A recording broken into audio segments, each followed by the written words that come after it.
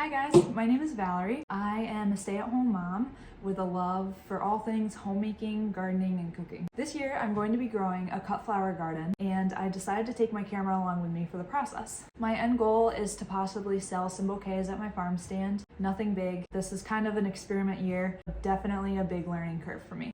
I have a disclaimer though, I am not an expert. In fact, I'm just the opposite. I have been gardening for a few years, but never specifically for cut flowers. Most of what I plan to grow will be the first time for me. Some of it will be trial and error. I'll share my successes and my failures, what worked and what didn't work, and how I'll approach things differently. Hopefully this series of videos will be helpful for you if you too are considering growing a cut flower garden in your backyard. Okay, now that the introduction is over, let's talk about cut flowers. I broke my planning and prepping process into 5 steps. It's currently the beginning of February, and it's the perfect time to start planning and prepping your garden. It's the perfect time to start ordering seeds and getting your plans established. The first thing I've done is research. A few books that I've referred to is Cut Flower Garden by Floret Farms.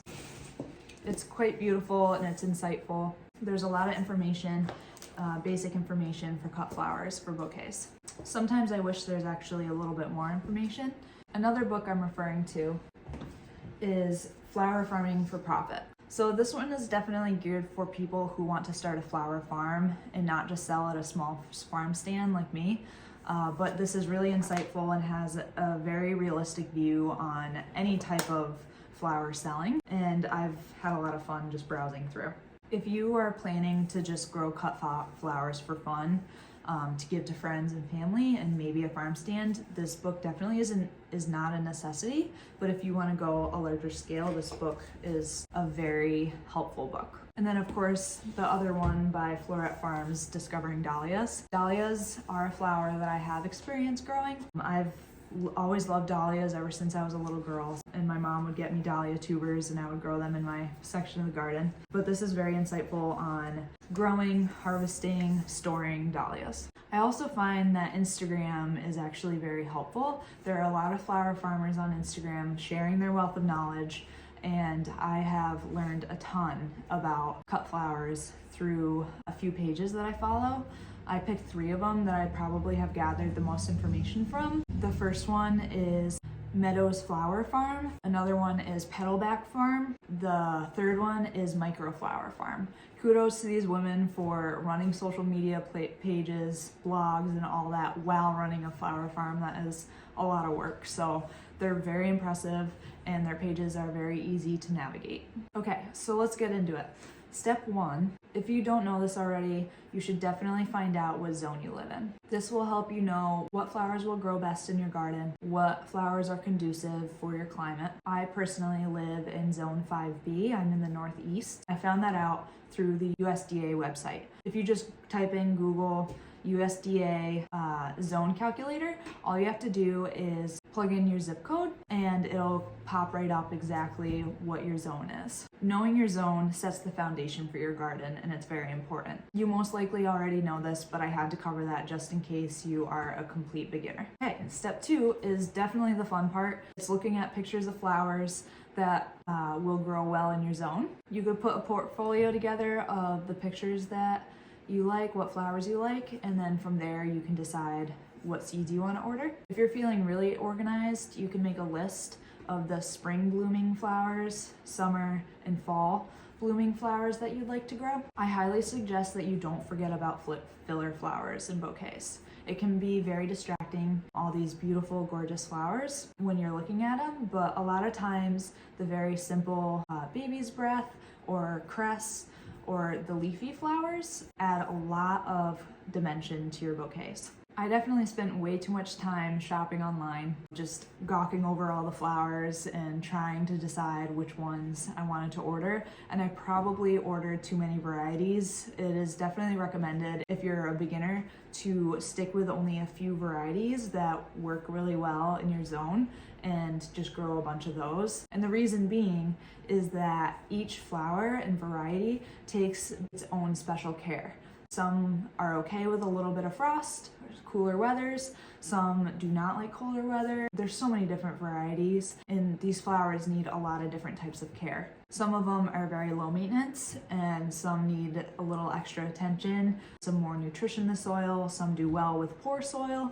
For example, zinnias are notorious for how easy they are to grow. So what I'm going to be doing is ordering a lot of zinnias, more than the difficult flowers to grow, because I know I won't be disappointed with those. They do really well in poor soil. They like a lot of sun. You can kind of just leave them alone and they'll be good. You'll definitely want to take adequate notes as you are in the whole process in the spring and summer, what's working and what's not working, because you might forget the following year what worked and what didn't work, and you'll be able to tweak your plans. Okay, so step 3, you're going to want to keep your seeds organized. Instead of just putting them in a Ziploc bag, a friend got me the seed organizer and I absolutely love it. She also got me a label maker to label each compartment to store the seeds. You definitely don't have to do that. You can just get tape and a marker and label it that way. But so here's that, and they just open and you can keep your packets of seeds in there. This is also very handy if you plan to save seeds in the fall. I am super excited about this and I recommend this to anyone who is gardening. I'll link it in the description below. I could definitely make a separate video about all the seeds I ordered and why. We would be here for a long time if I started talking about that right now. Okay, step 4, in those winter months, especially right now in the cold weather, you're gonna wanna do research on each individual flower that you bought, just to double check which ones need to be started indoors or outdoors, when to start them, what special care they might need. You could not write this down and make bullet points and just research it as you go, but I think that would be more time consuming in the long run, whereas if you spent an hour or two just sitting down making your bullet points, you have a cheat sheet for the future when you're outside wondering when you should harvest your flowers or not. Okay, so this is what I did.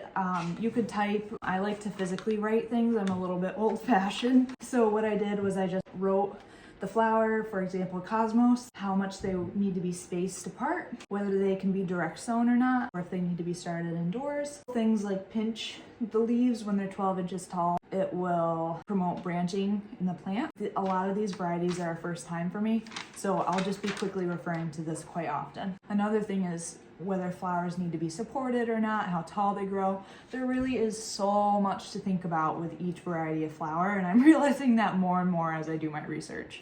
I'm definitely not getting my hopes up too much with some of these varieties. If I fail with a variety, I'm not going to be too hard on myself. This is all learning experience. Okay, and then step 5. You're going to want to plan where in your garden you're going to want to plant each variety. This is a fun design aspect of it. Because I'm old-fashioned, I use good old-fashioned paper and pencil, and I start drawing out how I want my gardens to look. And I will show you. Okay, so for example, this is my last year's design before I had my husband build me my garden.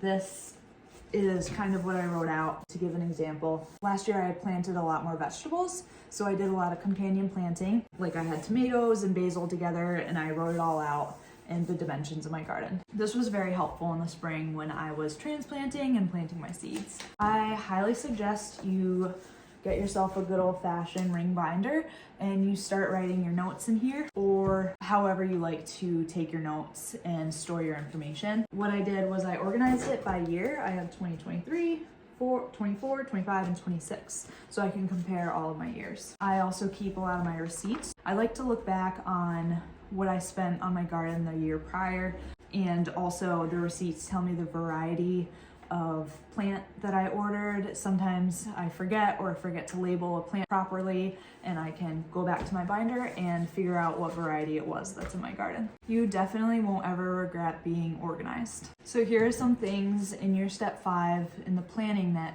you want to consider. You definitely want to maximize your space. If you don't have a huge garden, you want to figure out how to fit as many plants in your garden as possible without choking out other plants. Find out what plants need shade or sun. What you can do is you can plant the plants that need a lot of sun, which are usually, like, for example, sunflower, and you could plant a shorter flower that wants partial shade or shade under or next to the sunflower because they create shade. So you'll want to map out where your tall plants go, where your short plants are. So there's a lot of different things to consider when drawing out your garden. Please don't feel overwhelmed. No garden is perfect. What I'm going to be doing this year is direct sowing as many seeds as I can because I have a child and I don't have unlimited time. So starting seeds indoors, babying those, and then transplanting takes a lot of extra time. So the seeds that say I can direct sow outside, I will definitely be direct sowing. I'll kind of be putting them in the soil and crossing my fingers, hoping they pop up. Okay, so the next episode I will talk about what seeds I ordered. I hope that this is insightful for you if you too are considering growing a cut flower garden. If you have a lot more experience than I do, which is very likely, feel free to drop in the comments below any tips that you have for me or future cut flower gardeners. I can also share some videos about my farm stand and how that is going. This will also be a first year for me for my farm stand. Let me know what you would like to see more of or less of, and I can tailor my videos that way as well. Thank you so much for listening, and I hope you have a great day.